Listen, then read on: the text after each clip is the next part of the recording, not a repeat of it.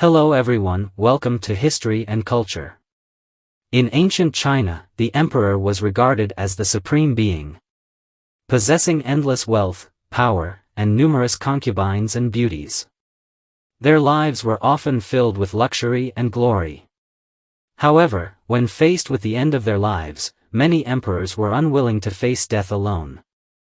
Instead, they demanded that their most favored concubines accompany them in death, ensuring that they could continue to enjoy royal wealth and status in the afterlife. This system of human sacrifice existed in Chinese history for a long time, dating back to the Shang and Zhou dynasties, and only gradually faded during the Ming and Qing periods.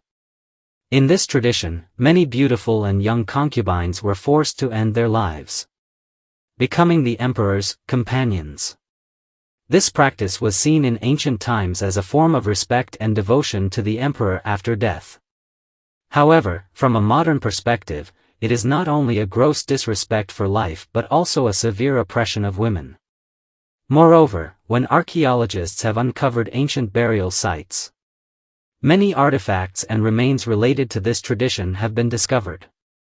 Shockingly, in many of the remains of the concubines buried with the emperor, their legs were found in a spread position, as though they had undergone extreme pain and struggle.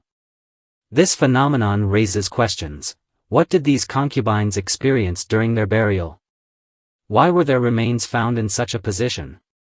According to relevant historians, the system of human sacrifice refers to an ancient burial custom in which objects, livestock, and even humans were buried alongside the deceased to ensure the peace and prosperity of their soul in the afterlife. Unlike ordinary burial items, human sacrifice typically involved live individuals being buried with the deceased in some manner. While some were voluntary, in most cases, it was mandatory. The roots of this system can be traced back to ancient beliefs about life and death. People in ancient times generally believed that although the physical body perishes, the soul could continue to exist. Due to this belief, the pursuit of power and wealth never ceased for many emperors and nobles. They not only desired supreme power during their lifetime but also wished to extend this power and the glory of the empire into the afterlife. To achieve this goal, they created the unique ritual of human sacrifice, hoping to bring their rule into the next world, ensuring that their souls would not be alone and would continue to enjoy the luxury of the court. Historical records show that the practice of human sacrifice went through different periods in Chinese history, with the methods and subjects changing over time. During the Shang and Zhou dynasties, the victims of human sacrifice were mainly prisoners of war, slaves, relatives, and guards, who were often forced to end their lives in extreme ways, such as being killed or buried alive. By the Qin and Han periods, the victims shifted to include concubines, palace maids, and officials, with more complex methods of sacrifice, including suicide or hanging. During the Tang, Song, and Ming-Qing periods, the victims continued to be concubines and palace maids, and the methods of sacrifice were primarily suicide or poisoning. In addition, some historical records describe the methods of human sacrifice, which can generally be divided into two categories: living burial and death burial. Living burial involved burying a living person directly in a tomb, allowing them to await death in a sealed environment. Death burial, on the other hand, first involved causing the person to end their life in some way before burying them in the tomb. The fundamental difference between these two methods lies in how the life of the living person was treated and the attitude toward death. Live burial is generally seen as an extremely harsh practice, placing the living person in an extreme predicament, stripped of all freedom and choice. Those buried alive often face long periods of waiting and intense anxiety, unable to escape the fate of death. This practice reflects the ancient view of death, where it was believed that the soul of the deceased needed companionship and respect. In some cases, living people were seen as companions to the deceased, In contrast, death burial was relatively milder, offering the living some degree of choice. Although the living person still had to face death, they could typically end their life more quickly, thus avoiding prolonged suffering and struggle. During certain periods, death burial practices took into consideration the dignity of the deceased, allowing them to pass away under relatively less painful conditions. During the Qin and Han dynasties, emperors generally adopted death burial practices, with restrictions on forcing others to accompany them in death. However, in the Ming and Qing dynasties, live burial became the dominant practice, with many emperors requiring their concubines to be buried with them. Thus, the changes in burial practices across different dynasties reflect the emperor's varying understandings of power, eternity, life, and death, and also reveal differing views on human nature and dignity at various times. It is also worth mentioning the posture of the bodies of concubines in burial practices and its symbolic significance.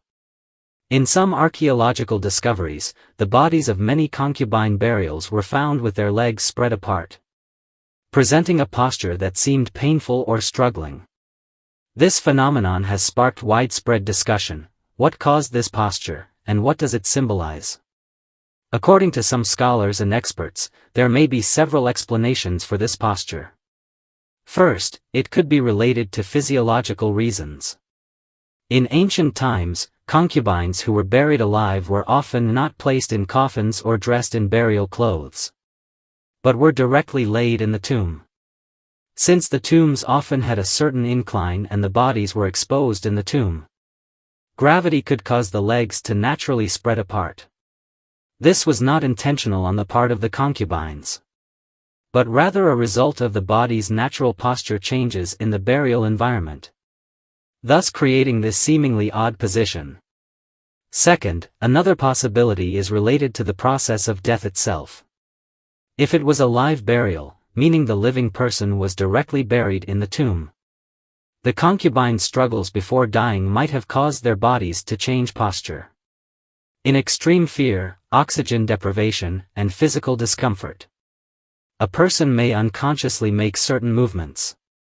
The concubines may have endured intense psychological and physical pain during the live burial, and these painful struggles could have been reflected in the position of their bodies.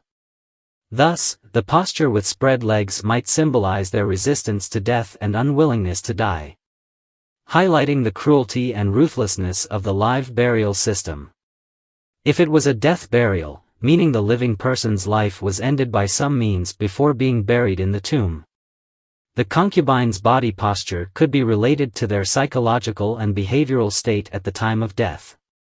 In some cases, the concubines might have had some form of intimate contact with the emperor or other important figures before their death. Such actions might be seen as symbols of loyalty or an attempt to seek comfort and release. Regardless of whether it was voluntary, these actions might have had a psychological impact, which could then be reflected in their body posture. According to relevant historians, these different explanations not only reveal the complexity of ancient burial customs but also give us a glimpse into the ancient understanding of life, death, power, and loyalty.